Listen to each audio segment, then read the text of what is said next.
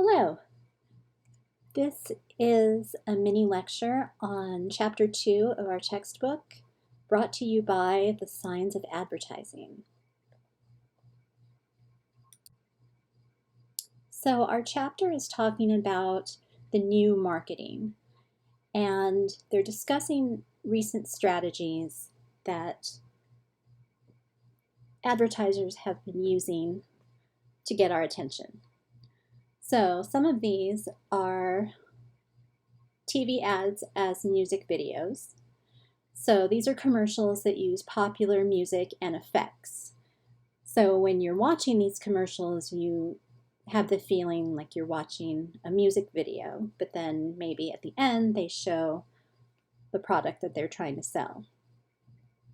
Then we have stealth advertising, stealth meaning hidden or secretive. And this is when a stranger in a public place strikes up a conversation, and then they eventually get around to trying to sell you something.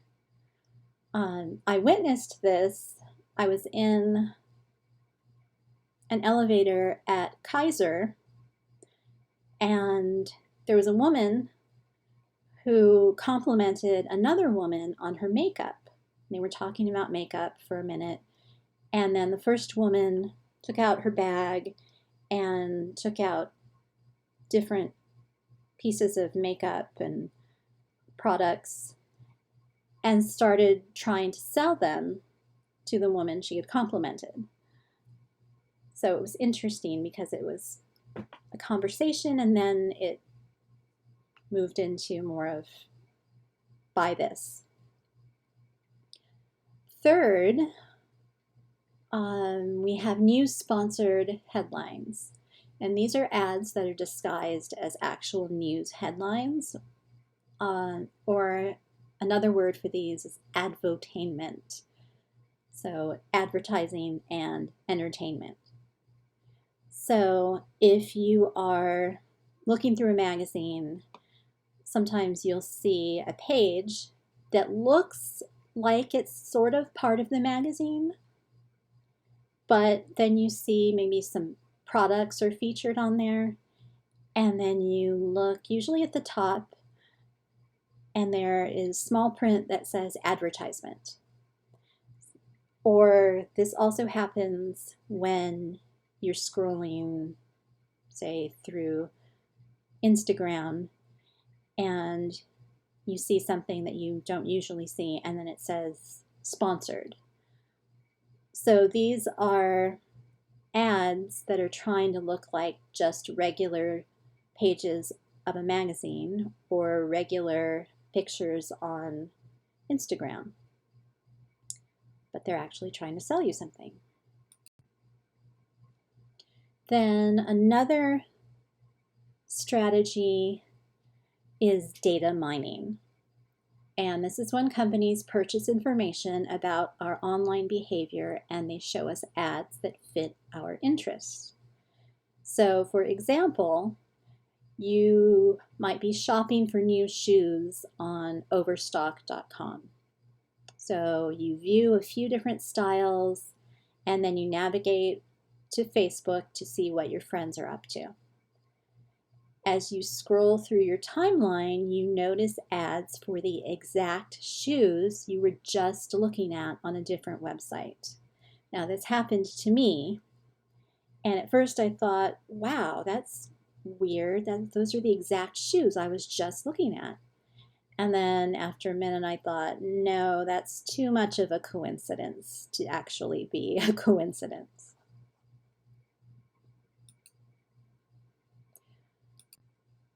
All right.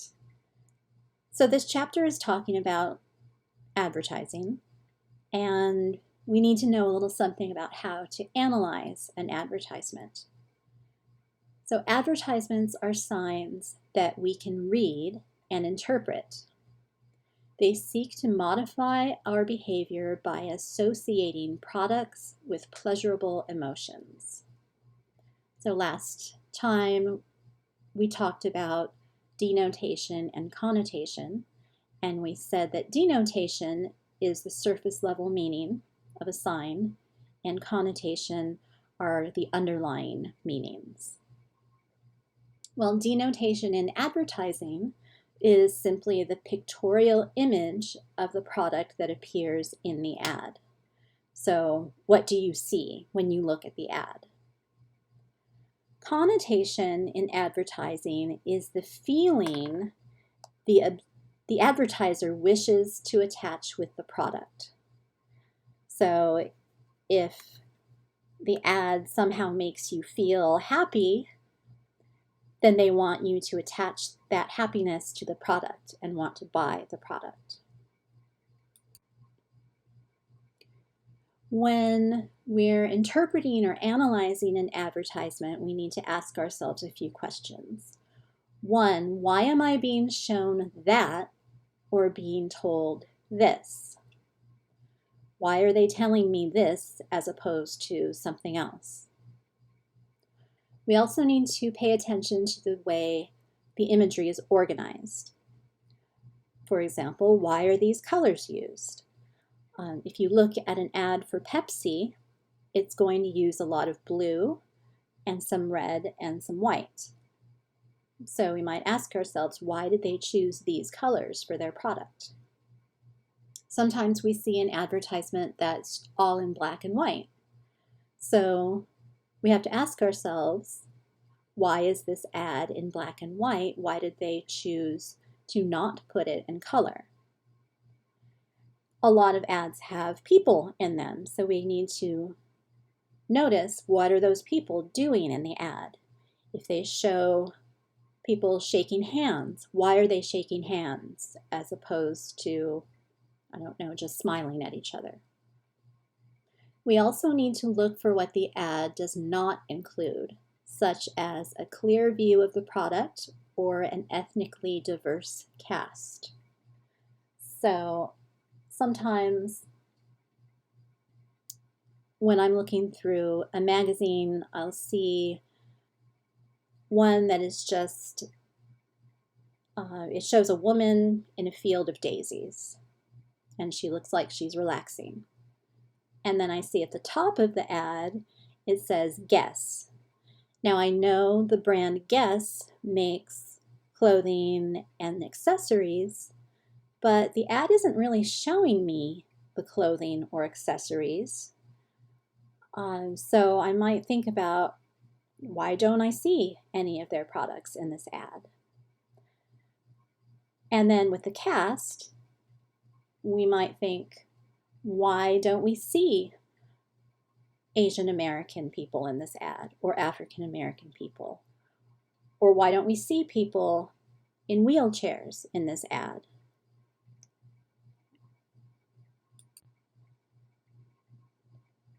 So advertisers' goal is to transform desire into necessity.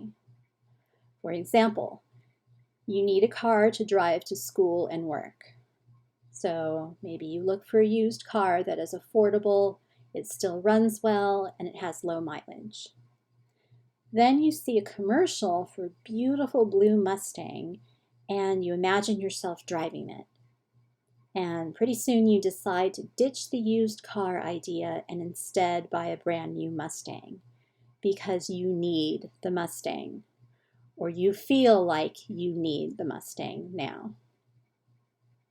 So that desire that you had for the Mustang has now been transformed into a necessity for it.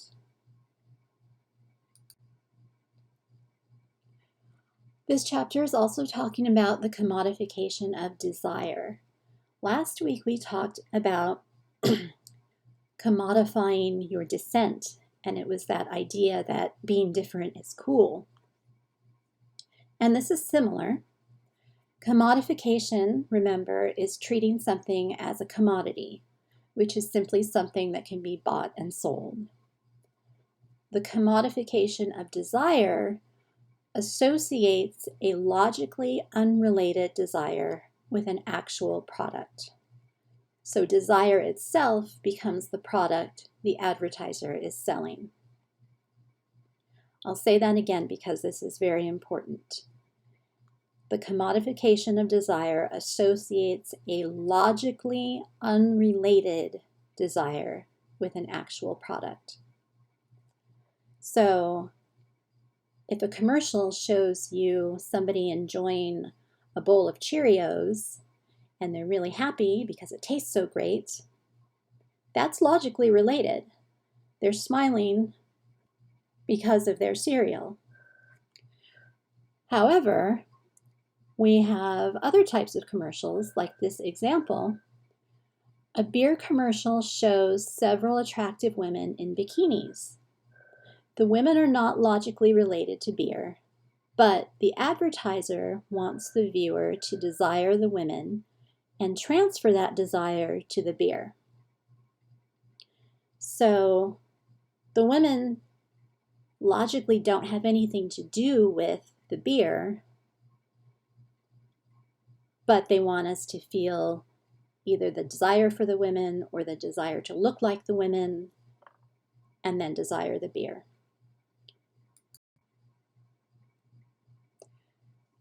We are also talking about populism versus elitism. So populists are the common people, everyday, regular people. So us, basically.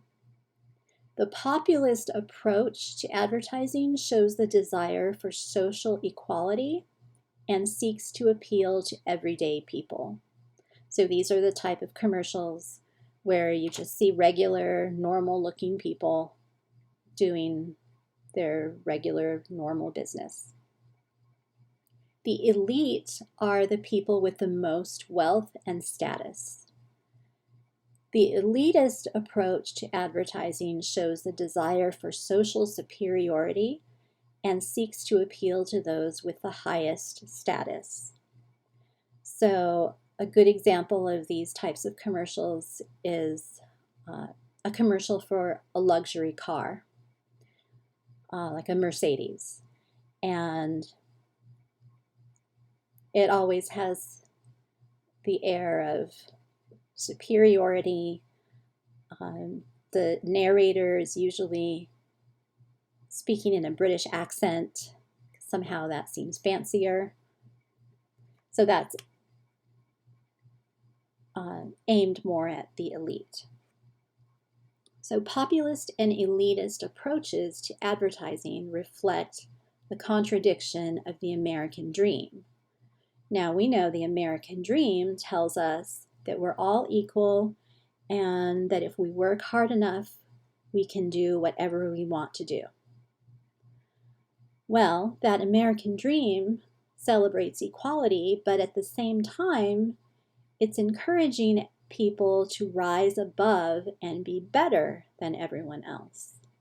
So there we have a contradiction. And then the chapter also talks about niche marketing.